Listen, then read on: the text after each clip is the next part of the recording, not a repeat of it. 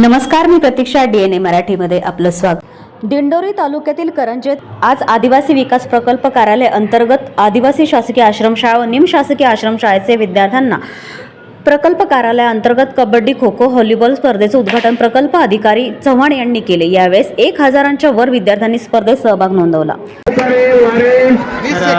आज या ठिकाणी एकात्मिक आदिवासी विकास प्रकल्प अंतर्गत तालुकास्तरीय क्रीडा स्पर्धा या 3 दिवसासाठी या ठिकाणी आयोजित केलेल्या आहेत।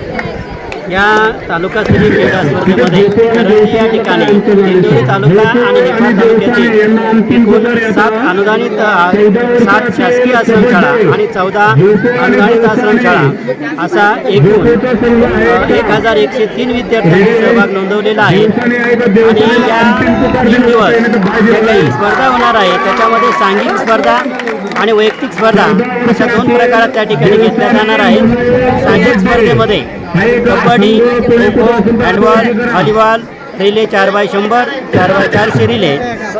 त्यानंतर वैयक्तिकमध्ये उंचवडी, लांबउडी, थाळीफेक, भालाफेक आणि धावण्यामध्ये 100, 200 मीटर धावणे, 400 मीटर, 600 मीटर धावणे, 800 मीटर, 1500 आणि 3000 मीटर धावणे अशा वेगवेगळ्या स्पर्धा या ठिकाणी आयोजित केलेल्या आहेत। आणि या कार्यक्रमाप्रसंगी उद्घाटक म्हणून आपल्या प्रकल्प कार्यालयाचे माननीय प्रकल्प अधिकारी अंकित चव्हाण या ठिकाणी उद्घाटक म्हणून उपस्थित होते। त्याचप्रमाणे या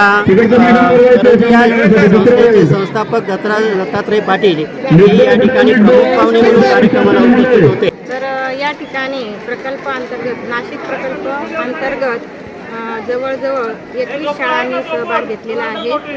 आणि ह्या केंद्रस्तरीय क्रीडा स्पर्धा अनुदानित आश्रमशाळा करंजी येथे होत आहेत। आज उद्घाटन झालं। उद्घाटनासाठी माननीय RPG चव्हाण साहेब, प्रकल्प अधिकारी तथा साहेब जिल्हाधिकारी उपस्थित होते। तसेच सर्व मुख्याध्यापक शिवाय या करंजी शाळेचे विश्वस्त